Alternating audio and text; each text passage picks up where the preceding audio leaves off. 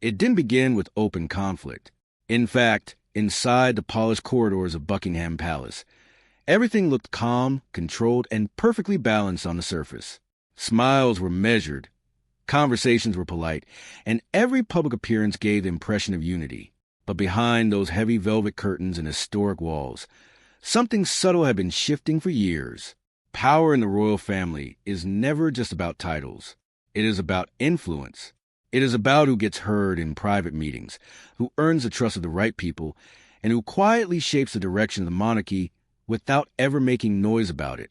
For a long time, that invisible influence seemed to lean heavily toward Camilla, the queen consort, who had steadily secured her place beside King Charles after decades of public scrutiny and personal transformation. Her position was no longer just symbolic.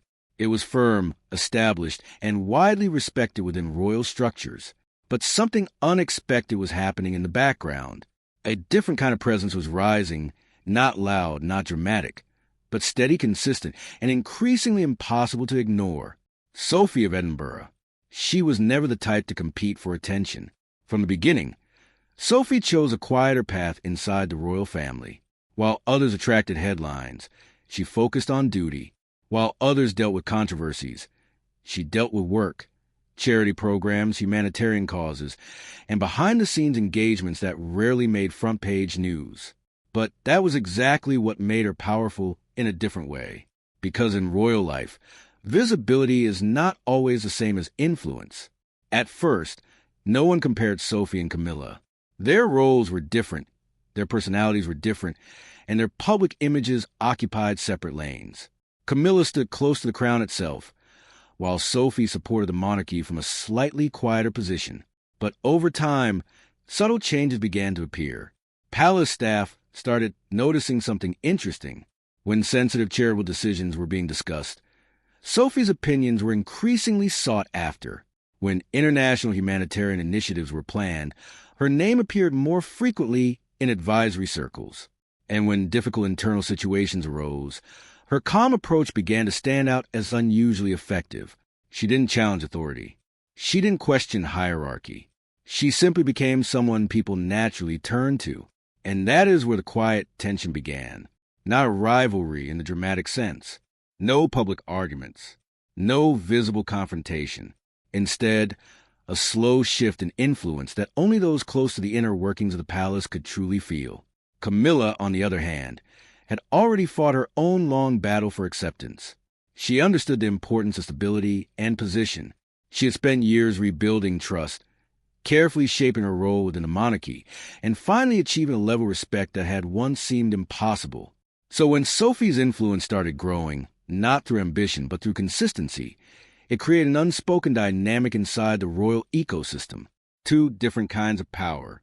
One built on proximity to the crown, the other built on trust earned through action. What made Sophie particularly unique was her ability to stay out of conflict entirely. She never positioned herself as an alternative to anyone. She never competed publicly. Instead, she focused on results. Her work with mental health organizations, disability support groups, and women's rights initiatives began to expand quietly but significantly. Many of these programs reported that Sophie didn't just appear for photo opportunities. She stayed involved, followed up, and maintained long-term engagement. That level of commitment did not go unnoticed. Within palace circles, people began referring to her as one of the most dependable working royals. Not because she sought recognition, but because she delivered consistency in an environment often defined by public pressure and shifting attention. Meanwhile, Camilla's role remained deeply tied to tradition, ceremony, and her position beside the king. Her influence was strong, but more formal, anchored in structure, protocol, and history. And so the contrast became clearer. One represented established royal authority. The other represented modern, steady reliability. The so-called rivalry was never about personal dislike. It was about relevance, influence, and the subtle evolution of roles within a changing monarchy. There were moments when their paths crossed in public engagements, charity events, royal receptions, state visits. On camera, everything was flawless. Polite conversations, shared smiles, and carefully maintained harmony. But observers who understood royal dynamics noticed the details. who was consulted first before decisions were announced, who was seated closer during private meetings, who was asked for input on future projects. These small details painted a bigger picture than any headline ever could. As time passed, Sophie's reputation continued to grow quietly, especially among younger members of the royal household and charitable organizations. Many appreciated her approachability and her lack of theatrical presence. She didn't dominate conversations. She listened, and in environments filled with formality and hierarchy, listening became a form of leadership. Camilla, meanwhile, remained firmly positioned at the heart of royal visibility. Her role as queen consort meant she was constantly present in state matters and official ceremonies. Her influence was undeniable, but operated in a more traditional framework. This created an unusual balance inside the monarchy, one figure representing established royal continuity, another representing evolving internal trust. The tension, if it can be called that, was not explosive. It was quiet, psychological, and deeply institutional, the kind that never reaches tabloids in full detail, but is felt in decision-making rooms and private briefings. At times, royal watchers speculated about rising influence within the family. Some pointed to Sophie's increasing presence in key engagements. Others highlighted Camilla's unmatched position beside the king. But the truth was more complex than any simple comparison. This was not a competition for a crown. It was a shifting landscape of soft power. And in that landscape, Sophie had become unexpectedly important, not by challenging anyone, but by becoming indispensable in her own right. As years progressed, even critics acknowledged that Sophie's role had matured significantly. She was no longer just a supporting royal figure. She had become a stabilizing force, someone who could be trusted with sensitive responsibilities without attracting unnecessary attention. Camilla's position, of course, remained historically significant. No shift in influence could erase her journey or her current standing. She continued to play a central role in royal life, especially in matters closely tied to the king and formal state duties. But inside the palace's quieter corridors, one truth had become increasingly clear. Influence in the royal family was no longer defined by proximity alone. It was defined by trust, consistency, and the ability to remain steady in a constantly evolving institution. And in that subtle transformation, Sophie of Edinburgh had become one of the most quietly powerful figures in the modern monarchy, not because she fought for it, but because she earned it, one commitment, one engagement, one act of service at a time. And that is where the so-called rivalry truly exists, not in conflict, but in contrast, between tradition and quiet evolution, between visible authority and invisible influence, between a crown that is worn and a role that is lived. As the years moved forward, the balance inside the royal household did not break, but it continued to shift in ways that outsiders could barely detect. On the surface, everything remained unchanged. Official photographs still showed unity. State events still displayed perfect coordination. The royal calendar still revolved around tradition, duty, and carefully planned appearances. But inside the institution, change rarely announces itself loudly. It grows quietly, like pressure building beneath stone. Sophie of Edinburgh had now become a constant presence in conversations that mattered, not because she demanded it, but because she had earned something far more powerful than attention: reliability. There were moments in palace history when decisions had to be made quickly: charity crises, international sensitivities, internal scheduling conflicts, sudden diplomatic adjustments. In those moments, the question was never about popularity. It was about trust. And more often than not, Sophie's name was mentioned as someone who could handle it without complication. This kind of trust does not replace rank, but it slowly begins to sit beside it. Camilla remained, as always, firmly positioned within the center of royal life. Her role beside the king ensured her presence in the most important ceremonial and constitutional spaces. She was not distant, nor was she weakening in influence. If anything, her authority within formal structures remained untouched. But something else was happening around her. A different kind of influence was spreading through the working layer of the monarchy, the day-to-day machinery of engagements, charities, and internal coordination. And Sophie had become one of its most dependable anchors. What made this shift more delicate was that there was never a single defining moment. No confrontation, no disagreement, no public tension. Instead, it was a slow accumulation of small realities.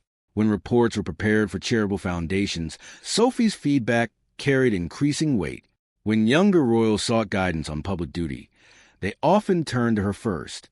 When difficult situations required a calm representative who could step in without escalating attention, her name was quietly suggested.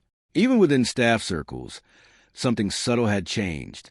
Where once Sophie had been seen as a supporting role, she was now viewed as safe leadership, a figure who could be trusted with responsibility, without unpredictability.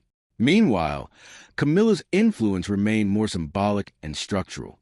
She represented continuity at the highest level, tied directly to the monarchy's core identity. Her engagements carried national and historical importance. But symbolism and operational influence are not always the same thing. And that difference slowly began to define the invisible contrast between the two women. One operated at the center of royal legitimacy. The other operated at the center of royal functionality. Inside the palace, this distinction was understood clearly, even if it was never spoken aloud. There were rare moments when their worlds overlapped more directly. State receptions where they stood in the same line of senior royals. Charity galas where both were present for different causes. Private briefings where multiple senior figures were consulted together. Observers at these events noticed something interesting, not tension, but spacing. Who spoke first in conversations with advisors? Who was approached for clarification on initiatives? Who remained slightly longer in discussions after others had moved on? None of it was dramatic enough to be recorded in headlines. But within institutional memory, these details matter, because they reveal direction. Not conflict, but movement. Over time, Sophie's approach began to represent something the monarchy was increasingly conscious of: modern emotional stability. She did not overwhelm spaces with presence. She did not dominate discussions. Instead, she created environments where people felt heard. That quality in a highly structured institution became rare and therefore valuable. Camilla, by contrast, embodied endurance. Her journey had already tested her public resilience in ways few royals ever experience. She represented survival within scrutiny and eventual acceptance within tradition. Her position was not fragile. It was established through years of pressure and persistence. And so the rivalry that outsiders imagined was never about opposition. It was about two different forms of strength evolving at the same time, one rooted in institutional position, the other rooted in interpersonal trust. As the monarchy continued adapting to a changing world, more media scrutiny, faster public reactions, shifting expectations of transparency, this balance became even more important, and Sophie's role quietly expanded with it, not through promotion, but through necessity. Because institutions do not only rely on those at the top, they rely on those who can hold everything together when attention is elsewhere. And in that silent responsibility, Sophie of Edinburgh had become something few anticipated years earlier. Not a challenger, not a rival, but an essential stabilizer inside a system built on centuries of tradition. And in that reality, the story was no longer about rivalry at all. It was about evolution, slow, invisible, and irreversible. In the end, what looked like rivalry from the outside was never a battle for a crown, nor a struggle for recognition. It was something far more subtle and far more realistic inside an institution like the monarchy. The royal household does not change through loud moments. It changes through quiet adjustments, repeated over years, until the structure itself begins to feel different without ever formally announcing it. Camilla remained exactly where history had placed her, beside the king, at the center of state duty, ceremony, and national representation. Her position was not shaken nor replaced. It was defined by decades of endurance, public scrutiny, and eventual acceptance. That kind of role does not fade with time. It becomes part of the institution itself. But alongside that established center of authority, another form of influence had taken shape. Sophie of Edinburgh never tried to step into the spotlight that belonged to others. She never attempted to redefine the hierarchy or challenge existing roles. Instead, she built something quieter, and in many ways more difficult to achieve: trust without spectacle. Over time, that trust became its own kind of power, not visible in headlines, not announced in speeches, but present in decisions and consultations, in the steady rhythm of royal duties that required calm hands and clear judgment. And that is where the true transformation of the story lies. There was no downfall, no confrontation, no moment of conflict that history could point to as a turning point. Only a gradual realization within the palace walls that influence no longer moved in a single direction. It spread. It shared itself between roles, personalities, and responsibilities. Camilla continued to represent the crown's established voice, formal, symbolic, and historically significant. Sophie became one of the monarchy's most reliable internal forces, steady, grounded, and trusted in moments that required quiet strength rather than ceremony. Two different kinds of power, both necessary, both respected, and both shaping the modern monarchy in their own way. In the end, the so-called rivalry dissolved into something simpler and more accurate: balance. A balance between tradition and function, between visibility and consistency, between the face of the crown and the hands that keep its daily work moving forward. And perhaps that is the real truth hidden behind every palace story that seems dramatic from the outside. Inside the walls of monarchy, the most important shifts are never about who wins or who replaces whom. If you enjoyed this video, subscribe to my channel and watch more videos in the playlist shown on your end screen.